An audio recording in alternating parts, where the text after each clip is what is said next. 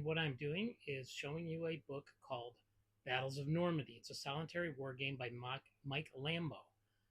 And what it represents is the British 6th Airborne were ordered to take some bridges and secure some areas in a plan called Operation Tonga as part of the Normandy D-Day invasion landings.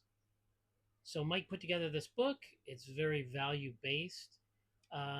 It's about $18, under 20, and it has a lot of good features in it, but it is very, very much value based. So what you see is what you get.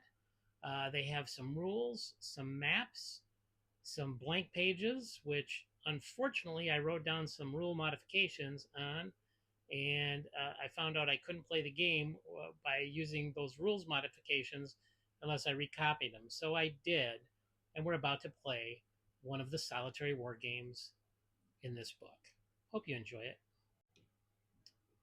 All right, in the second section of the video, I want to show you what the objective is.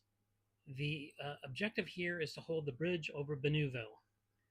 Okay, we have the British coming through with 8 rifle squads, 2 Piat teams, and 2 machine gunners. They're coming into the village, and I rolled a weather modification chart that I made up, and today it appears that we're dealing with fog, which is a very interesting weather modification. It means a line of sight of only 3. They're coming in the village.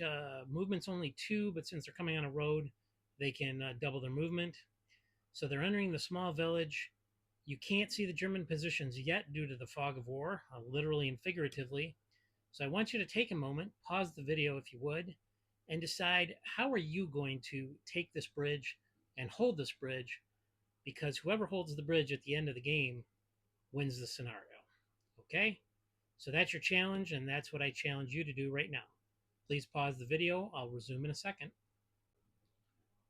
Okay, so after this first turn, I'm very thankful that the British rolled well. We were able to eliminate the machine gun and the squad of German rifles in the house next door. However, I had to split up my attack because I forgot about the fog rule, and that's really made a mess of things. I also have my Piat team and my machine gunners out of position. The half track I'm going to have to use a modified rule with. I'm just going to have the movement in the woods along the riverbank. They're obviously going to hear the gunfire and they're going to approach the position, but there's really no other way for them to get to the battle until they start moving through the woods. Once they become adjacent, of course, they can fire. So they're going to have to move along the riverbank area to try to get to this battle. Meanwhile, the other Germans were out of sight with the fog, so we're doing okay there. Now I'm going to roll on the event table, and then we're going to move into turn 3. Okay, so turns in 4 and 5 are just a big, gigantic cluster.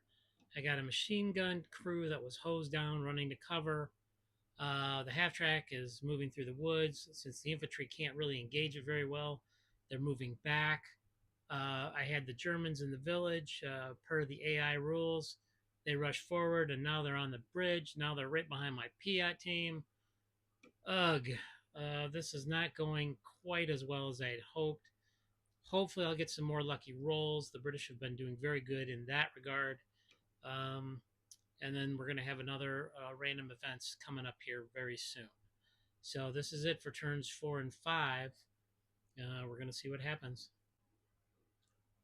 Okay, on turn 7 and 8, it was essentially a minor disaster for the Brits. They did some good rolling as far as attacks go. However, another half-track showed up. One of their Piat teams was eliminated. They only have one Piat team left. The Germans are moving forward to head for the bridge and take the objective. Some of them are staying in cover, but things are looking pretty bleak. They can eliminate the infantry, but it's half-track heaven for the Germans. So we're heading into the final 2 rounds.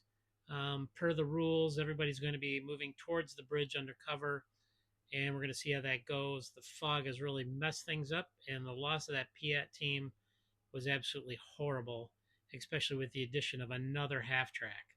So let's see what the random events give us, and let's see how he can wrap this up. Okay, we finally hit turn 10. It's the end of the scenario.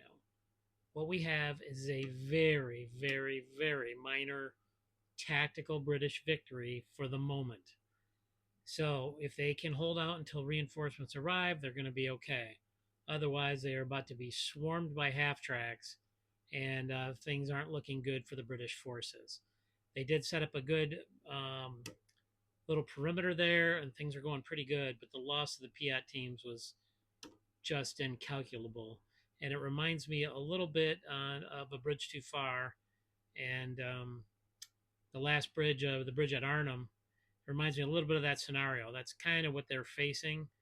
So, anyways, I will take the small, very small, squeaky win that I get. And I thank you for joining me on this little tiny adventure. Thank you, Mike Lambo and Mike Lambo Games, for this interesting adventure.